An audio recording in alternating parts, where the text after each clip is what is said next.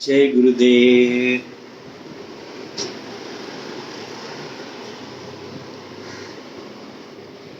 If you pour water into a half-baked pot, the pot is ruined and the water is also wasted. अगर हम कच्चे घड़े में पानी डालेंगे तो पानी भी बर्बाद हो जाएगा और घड़ा भी बेकार हो जाएगा. If the pot is well baked and strong, it will hold up whether you put water into the pot or put the pot into the water. अगर घड़ा अच्छी तरह से पका हुआ है तो चाहे पानी घड़े में डालिए या घड़ा पानी में डालिए, दोनों सही सलामत रहेंगे. घड़ा पका हुआ है. कुछ बात समझ में आई? कुछ समझ में आना शुरू हुआ? अब देखते हैं आगे क्या है. During satsang that evening, a devotee presented a beautiful handcrafted pot to Sri Sri. Another devotee gave a bouquet of roses. Placing the bouquet into the pot, Guruji said, "If the pot is well baked, then it will hold the flowers." एक सत्संग में किसी devotee ने गुरुजी को बहुत सुंदर सा एक फ्लावर पॉट वास गुलदस्ता दिया और दूसरे डिवोटी ने उनको एक बहुत फूलों का गुलदस्ता दिया. एक मतलब पहले डिवोटी ने तो एक गुलदान दिया, दूसरे डिवोटी ने गुलदस्ता दिया. तो गुरुजी ने उन फूलों को गुलदस्ते में रखते हुए बोला कि अगर गुलदस्ता मजबूत है तब ये बूके, तब ये जो फ्लावर का गुलदस्ता है इसमें समा रहेगा और फिर टिका रहेगा.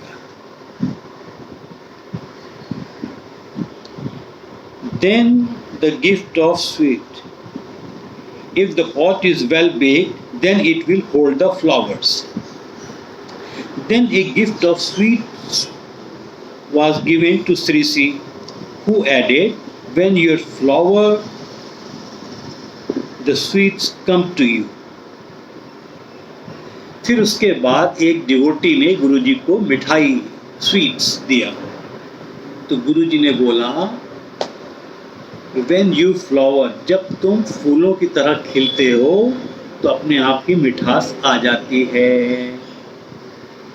कुछ बात समझ में आई है ना? अभी हमने जो ध्यान साधना समाधि कर रहे हैं, कितना पकाव आया है, हम कितने पके हैं, ये अक्सर अपने आप को ऑब्जर्व भी करना चाहिए, है ना? इसीलिए कहते हैं कि पहले जो साधना करते हैं उनको कम से कम फर्स्ट 45 डेज तो रेगुलरली साधना करनी ही चाहिए. फिर उसके बाद सेवा, फिर सत्संग, फिर surrender smile towards Guru, and then धीरे धीरे स्वाध्याय. ये हमको धीरे धीरे पकाता रहता है, पकते रहते हैं. हमारा जो पात्रता है, जो गुरु की ग्रेस है, गुरु जो हमें ज्ञान देते हैं, हमारी पात्रता कितनी पकी हुई है और कितनी बड़ी है, ये उस पर डिपेंड करती है. और भी कुछ शेयर करूं? गुरुजी अक्सर बोलते हैं कि उनके आसपास कुछ कच्चे लोग घूमते रहते हैं, कुछ पक्के लोग घूमते रहते हैं और कुछ लुच्चे लोग घूमते रहते हैं, है ना? तो हम किस कैटेगरी में आते हैं, अपने आप को एनालाइज करना चाहिए. और गुरु भी बार बार हमारा टेस्ट लेते रहते, थोड़ा सा आगे बढ़ाते हैं, फिर थोड़ा सा डाउट क्रिएट करते हैं, फिर थोड़ा सा उसको क्लियर करते हैं, है ना? कुम्हार भी जो घड़े कैसे पकाता रहता है, तो उसी तरीके से हमें भी पेशेंस रखते हुए अपने आप को इस तपस्या में पकाना है. जय गुरुदेव.